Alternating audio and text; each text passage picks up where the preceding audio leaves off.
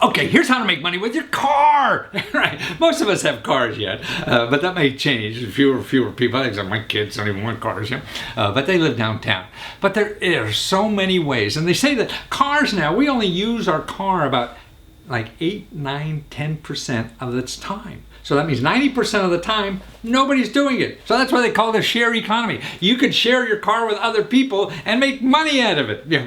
And the biggest thing is Uber. Okay, now this is one of the biggest things in our country now for the shared economy. I mean, that's the company that's worth $50 billion. $50 billion, you know, that's like Federal Express, you know.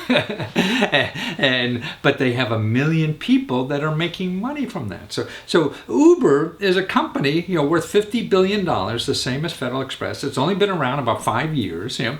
It only has like 2,000 employees, but it has 1 million people making money from it. You know, their website. So it's a website and 2,000 people, but there's 1 million people making money from it on the website. See, that's why I think that is so important. This is where the jobs are. They're not in traditional businesses that hiring employees. They're things like this that people make money on it, and it's more flexible. It's less stress. You don't have a lousy boss. You just work if you want, when you want, how you want, you know, all this kind of stuff. But Uber, and also people making $70,000, $80,000, $90,000 a year, depending on the city. They even have programs I've seen they have where they help you buy a car for cities they really need people. They're planning to hire like 1 million more women in the next few years as drivers. So it's not only, you know, a guy thing, you know. And God, I mean, when you're in a taxi, you know, you want to drive a taxi. I mean, you don't know who's going to get in your car and stuff like this. Man, everybody who uses Uber has to give their credit card ahead of time, you know, has to fill out a form and everything, so everybody knows everybody else. And if they don't treat your car nice, you write them up on Uber, everybody sees it, and they'll never get picked up again. So that's why people are more careful, you know, about how they treat you and how you're treated and things like that. So that's why I think this is so self-regulated. You know, it's sort of like dealing with your aunt or your mother-in-law all the time. Just like Airbnb, I feel like I'm staying at my mother-in-law's house and I have to make the bed in the morning because they'll think I'm a bad person if I don't. And it's the same with Uber and cars. Now, Uber is just one company, U-B-E-R. Another one is Lyft, L-Y-F-T. That's another big company. They're in most of the major cities. You know, so find out about the other people with the mustaches on the car. And a lot of drivers work for both. That's another way. Flightcar. That's interesting because this is where if you go to the airport and you drop off your car and take a flight somewhere, instead of just dropping off in the parking lot and paying parking, you just drop off to your terminal. There's a guy there, picks it up, takes it and rents your car, washes your car, and you don't pay parking, and you make money when you land because they rented it out and made some money for you. It doesn't get better than that, does it? So that's Flightcar, Flightcar.com. Relay rides, okay, your car sitting in the garage, other people will use it, yep. And so there's a platform. Millions of people are coming to this platform to look, hey, I need a car just for a day, 2 days, an hour, or whatever. Instead of going to Hertz and all this kind of, no, you. And so it cuts out all the middleman, the bureaucracies and everything. So they're getting a deal because it's cheaper they can get at Hertz, and you're making money that you never thought you would have before. People making like $300-400 a month, yeah, just on their cars when they're not using it. Just Share It.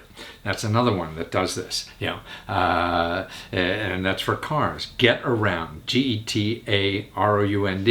I mean, people on that one are making up to $10,000 a year. You know, and you know the incomes will vary, but that's what I mean. It is there. That's the possibility. You know, everything is, you know, nothing's guaranteed like that. How much exactly you're going to make, but man, if you don't try, and the most important thing, it costs you nothing to try. That's the important thing about this. You don't have to pay anything. That's why all these things about how to make money on the internet, man, no, they want money from you. That's stupid. This is money, you know, on the internet that you don't charge it. You don't have to pay anybody. Okay, here is Carpool. Carmacarpool. Okay, this is like if you have seats and you're commuting every day, you can have somebody help you with that on Carpool. Or Zimride. This is what I like. Zimride. It is like when you're going out and traveling somewhere, you could fill the seats and have people pay for the gas on Zimride. But it's run through social media, and you could check out what kind of people they are, what their interests are, whatever, they relate to you or whatever. So you don't want an old, a 75-year-old cigar smoker or whatever the heck it is, who just wants to hear classical music. You don't want to drive to Florida and listen to that all day. So it's a way to do that. And that's what's so cool about it. It's a way to qualify people better, make matches better. I mean, look at all the people that are now on eHarmony and OkCupid and all these kinds of things that are really getting married. This stuff works. It just is a platform. Everybody goes to the same place. We used to have bars for that, but we don't. We get more coverage, when millions of people are on a website. Here's another thing, even for your bicycle. You're not using your bicycle. Well, you can make deliveries with your bicycle and make money. Rush.uber, Uber.com. And that's another way to make money. It is delivering. See, so many packages delivery. Now, everybody wants everything tomorrow. So, like retail, I don't know about your malls where you live. Our malls are shrinking. Nobody's going to a mall anymore because they're buying online, right?